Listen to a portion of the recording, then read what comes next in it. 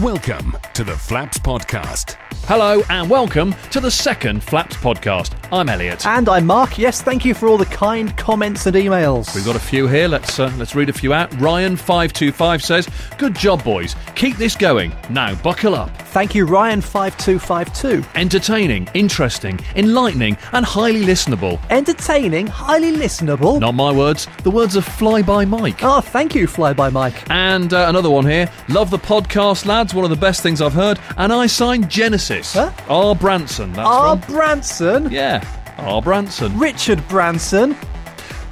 Might be. You've made that up. Yeah, I might have made that up. Oh, can't believe a word you're saying. Well, you know, the other two were real, though. The other two were proper ones. Thank you very much. Now, look, what's in this edition? In a minute, we'll be talking to the former BA captain and pilot of the 777 that crashed at Heathrow in 2008. Peter Burkill joins us. We catch up with our pet PPL, Carl. And I'm Pablo Mason. Never doubt a man who said his son is an RAF pilot. Find out why later. Welcome to another Flaps Podcast. We're joined now by former BA captain Peter Burkill. Now, you probably remember this huge story. Peter was in command of the Boeing 777 that crashed just inside the perimeter of Heathrow Airport 2 years ago. He's written a new book about all of this. It tells about the experience. It's called 30 Seconds to Impact. And Peter, hero, I guess, is a pretty fair way of describing you because they were fairly heroic actions. Don't go there. He's shaking his head. You're modest, sir. You're very modest. Peter, it's good to have you in. Hello, Elliot. Just before we talk about what happened, obviously, the events of the 17th of January 2008, just tell us a bit of background. I mean, how did you actually become a commercial pilot? I suppose it was one of the few things I could think of that I wanted to do when I was a 17-year-old lad. My father was a pilot in BOAC and British Airways, so I'd grown up with the whole idea of commercial pilots, and actually it's quite achievable by a normal, everyday chap. So I thought, yeah, I'd quite like to do that. And you started off with a PPL and went that way? I was a late starter flying, to be honest. I didn't have the cash to get my licence, so I really wanted to get my PPL to show interest to British Airways when I was applying. So I think it started like that, and I got my PPL in one summer and thoroughly enjoyed it. Because you obviously worked for BA for a long time, and you became a 777 pilot and flew them for quite a long time. How long were you on the 777s for? 12 years, or 13 years by the time I left, so it's 12 years up to the accident. So you know the aircraft pretty well, it's fair to say. Yeah, I was very happy. I was very at home. It was a very comfortable office. Yeah, with a good view. Oh, very as nice, always. yes. Which I suppose was great when it came to the day in question, 17th of January 2008. On final approach, 12:41. Not that it's ingrained in your brain.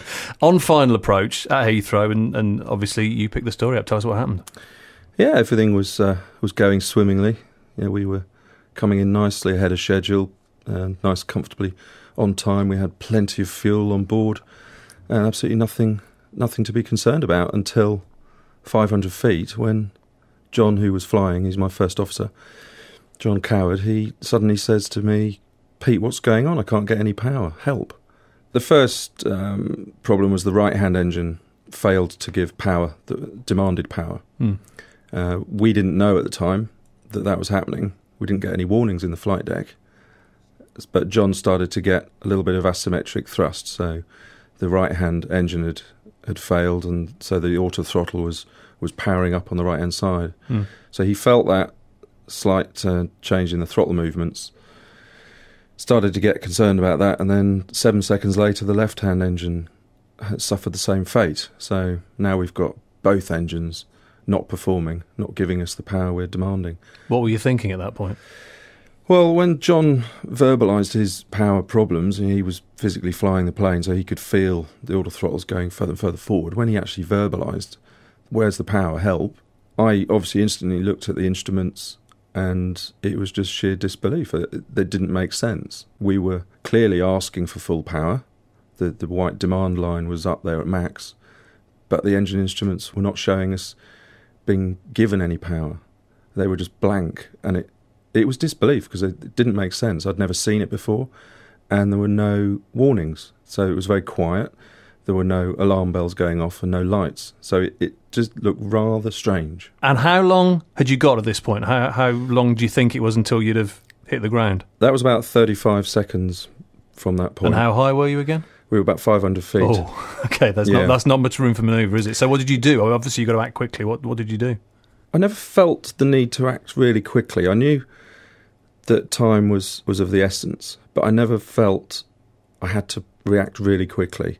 Did everything go in slow motion? Because people say that, don't they? When something like this happens, everything slows down. You got that, yeah? When I listened to the cockpit voice recorder about a week after the incident, I was very surprised at how short it was.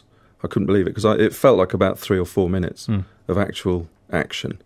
And during that time, which was only 30 seconds of time to deal with this problem, I did an amazing amount of stuff. And I couldn't believe how much I'd actually managed to do in that time. And what actually did you do to sort the problem out? Obviously, you have to fly the aircraft first and foremost. Mm-hmm. So aviate, navigate, communicate is paramount. The old mantra. Yeah. And it's true. It is, and that comes naturally. My first big decision was to leave John, my first officer, flying the plane, so he was going to aviate the actual aircraft. That meant I could release my command potential to try and sort out the problem. I remember thinking it can't be anything too bad.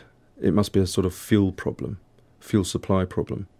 So it's probably just a few switches have come unstuck out of position. So I remember thinking, well, I'll go up to the overhead panel and check the fuel pumps and put the cross feeds on, which is what I did. But the fuel pumps were showing normal operation. There were no low pressure lights on or anything. So it didn't make sense. Carried on down the overhead panel, just trying to find anything that might help. Of course, there wasn't anything. The hydraulics weren't going to help. The electrics were all working normal.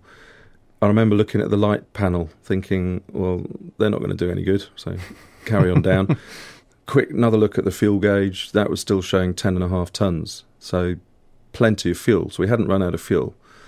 Then back down to the throttles. John had already got those as far forward as he could anyway, but I gave him another shove. Also made sure the speed brake was not deployed, just in case that was causing excess drag. It wasn't. That was fine. And then checked the fuel control switches, make sure they were still in the run position. And that's when we got our first warning, which was an airspeed low warning. And that was a bit of a shock, because I had almost convinced myself that the warning system must have failed in some way, because we had a very quiet flight deck at this point, and yet we clearly had a major problem. Basically a double engine failure. So to be faced with this airspeed low warning is a nasty master caution to get at that stage.